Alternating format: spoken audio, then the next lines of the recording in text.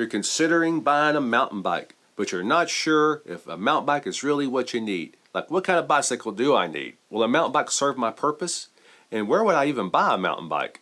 Should I go to a local store where I can buy groceries and a mountain bike at the same place? Or should I buy online? Should I buy used? Or should I go into a local bike shop? Well, I mean, don't they serve people that actually spend more money than what my budget will let me spend? Are they going to treat me like I'm a real customer if I just go in there with a smaller budget? Are they going to answer my questions? All these questions I'll answer and even more on Newbie Mountain Bike Love. Hi, I'm Scott Higgins. Welcome to my channel, Newbie Mountain Bike Love. I'm dedicated to you, the new mountain biker. I remember what it was like to start mountain biking many years ago, and I have a heart for people, to help people succeed and overcome their fears and the things that hinder them. So let me be your guide with my many years of experiences and unlimited resources to help you grow and conquer those obstacles that are out to hinder you and hinder your love for this great and rewarding sport of mountain biking. So thanks for tuning in. Newbie Mountain Bike Love, your new journey awaits you, and I'll be with you to help you climb those hills, overcome those obstacles, and grow together. Now, since I'm helping you, I need you to help me by giving me a thumbs up. Please, the thumbs up, not the thumbs down. If you'll do that and subscribe to my channel, then I'll walk right along with you. And if this is not advanced enough for you, I know this is new right here. This is the first step, buying a bike, where you should buy it. Hang with me. We're going to get more detail, more involved. Just subscribe to the channel. Ask questions in the bottom, things you want me to cover, questions you might have, comments. Again, we'll do it together. All right, so when you think mountain biking, what do you think of? Do you think of riding a bicycle in the neighborhood that's comfortable to ride? Do you think of a park road or a service road, gravel road, a dirt road, maybe a light trail with a few bumps? Do you think of more extreme, like big bumps and big rocks and lots of big rocks and big roots? Do you think of mud and traction? Do you think of climbing really steep descents and just really technical and barely making to the top and huffing and puffing? Or do you think of really fast downhills and downhills that require roots and rocks and drops and things of that nature? Mountain bikes can serve all these functions, from just your person wanting to get cardio around the neighborhood to the person that wants to do that and get a little more adventurous and maybe hit a few trails, to the person actually wanting to get more extreme and get a bike where they can really push themselves to their limits. Now, if you just want a mountain bike for cardio, you don't have as many limitations, and it won't break the budget as well, because you need something that's going to be strong enough for you just really to get the job done. You won't need a lot of suspension. You just need something comfortable and something that fits you.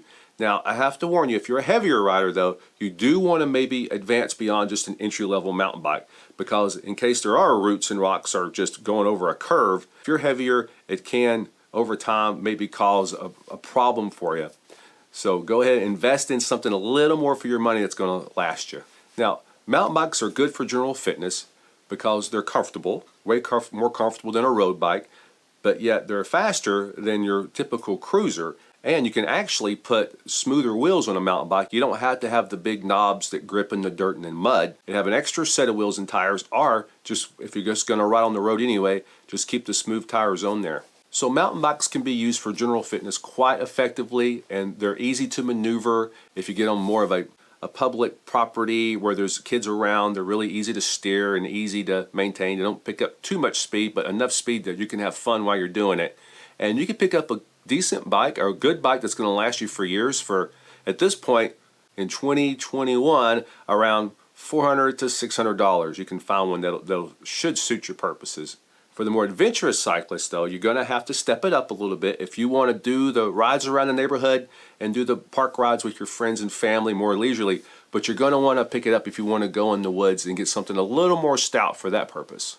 Now, if you're the kind of rider that really wants to hit the trails and hit them hard and really push yourself, you'll have to really look at the components, and you really want to try to spend the money up front. You'll get more for your money if you buy good parts up front on the bike. If you go to add components later, it will cost you more, not just in the parts themselves when you buy them individually, a la carte, so to speak, but actually cost you more in labor as well. So if you're looking to be that kind of rider, get the best bike that you can afford. regardless of your goal, a mountain bike can really open the door up to fitness, general fitness, and really a lot of fun, because it'll get you outside. You'll get to see sights you haven't seen before. You'll get to see scenery that's, too far off the beaten path to walk to. And how many times do you come across something in life that you can exercise and have fun at the same time? That's few and far between.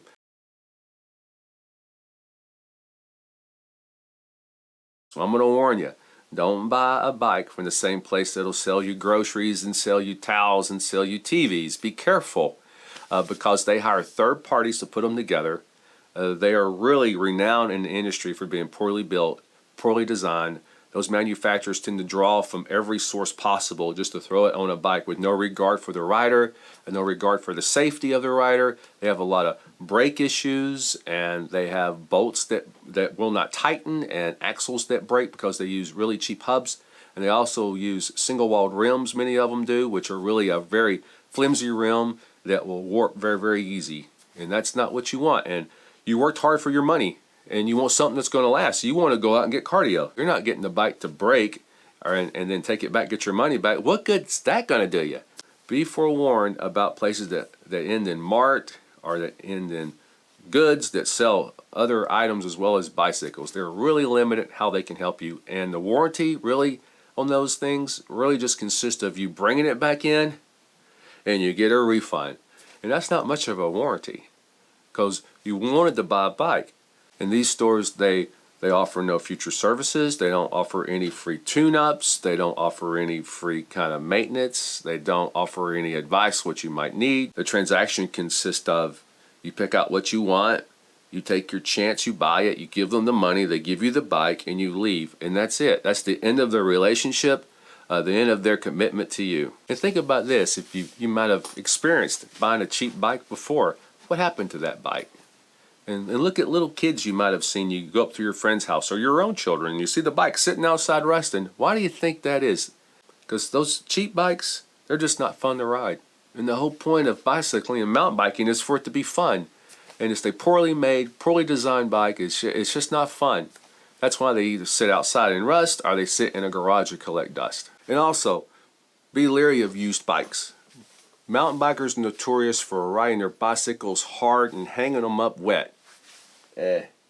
Even mine's been rode hard and hung up a little wet. So a lot of times they do this thinking, oh, I'll sell it and I won't have to worry about it, be somebody else's problem. Because what happens is this: you really need a yearly service on a fork and also on the shock, and that's not cheap. So people don't take care of their stuff like they should, and they try to pass that on to the next user, which could be you.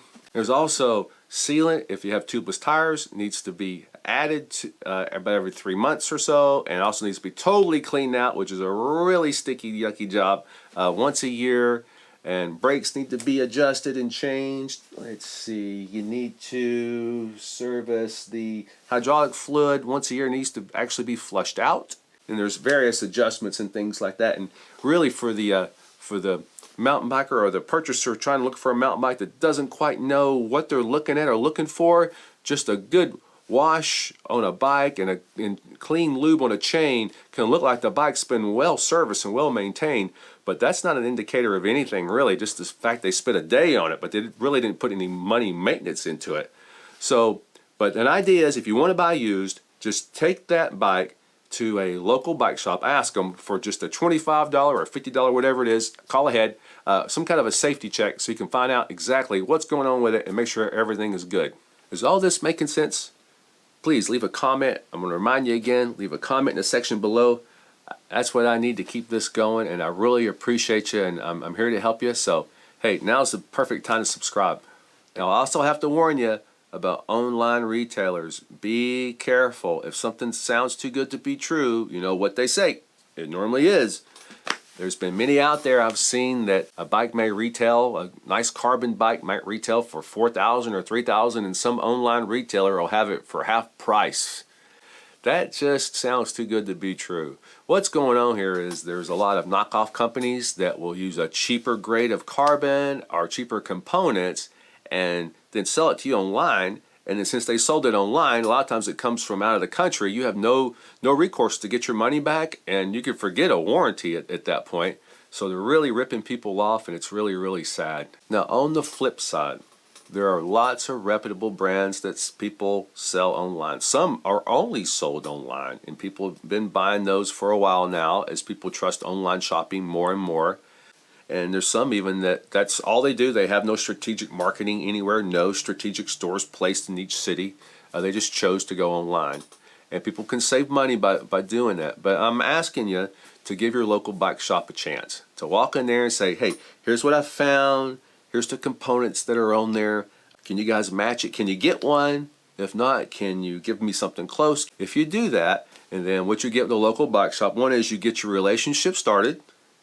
And that's really what it's all about, is relationships. People come in all the time and we know each other's names. It's really a tight community. With that, you'll get course fitting advice on any technology changes, how everything works, and because there's different things from every bike shifts a little different, to there's tubeless tires, to there's ways of mounting your water and your nutrition. Then there's saddle demo programs, and you also get discounts on clothing when you buy a bike from a local bike store. You get free mini adjustments for the lifetime you own it, as well as a free tune-up within the first year. So there's lots and lots and lots of benefits. So please give your local bike shop a chance. Now, if you do that, here's what happens. You walk in, you say, this is what I want, and this is what it costs. Can you match it? And either they say, let me see what I can do. And if the local bike shop can't do it, okay, so you buy it online and you get it. Now somebody has to put it together for you. Who's going to do that effectively and reliably, and who's going to adjust it afterwards. So you get all that done, and say a year or two later you have a warranty issue, and then the company says take it to an authorized dealership. So you find one, and you take it in that store, which more than likely is going to be someone you've already checked with before. Now you can go in and go, hey, you remember me? I've been buying some stuff here. I bought the bike online because you couldn't match it. And they go, oh yeah, we remember you. I've got a warranty issue. And now you don't look like a total jerk by going, hey, look, I didn't want a relationship with you, but can I have one now? Could you fix my bike for me, please? So it's a win-win situation. Just give them a chance. You have nothing to lose and everything to gain. There's just not too many businesses these days that care about the customer like your local bike shop. It just has this way of building the community. Bicycling just always has brought people together.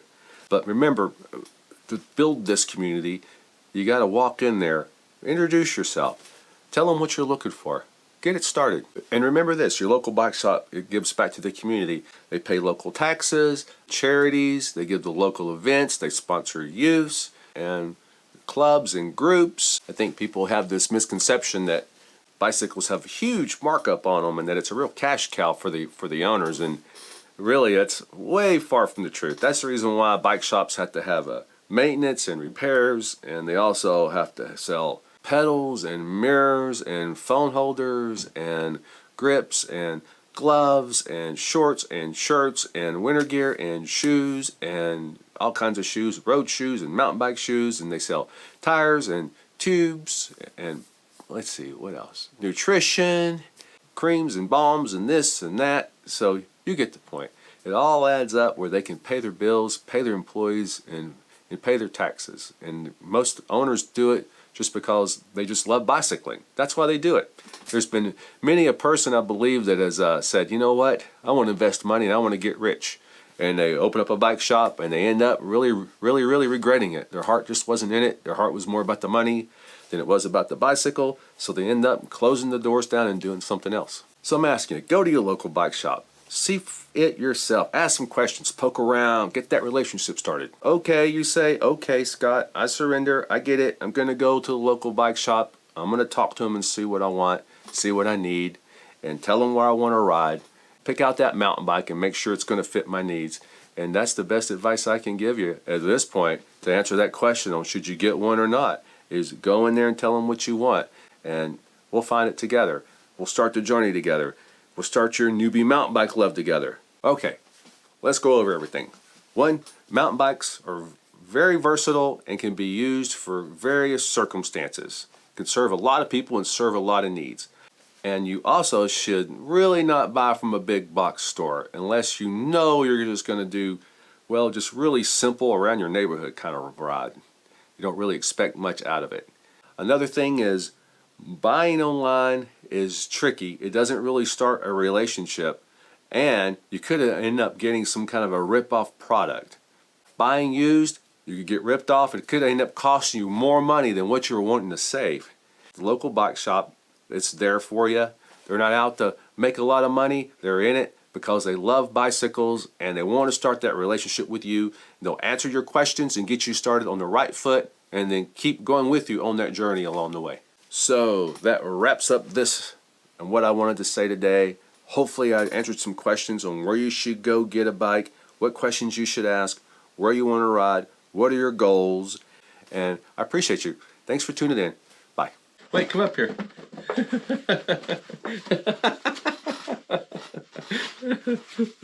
Wait. Ow. Wait. This is Jack. Make Jack happy and subscribe to my channel and give Jack a thumbs up. Say hi, Jack. What do you say? What do you say? What do you say? What do you say? Okay, hold on. Calm. Good boy.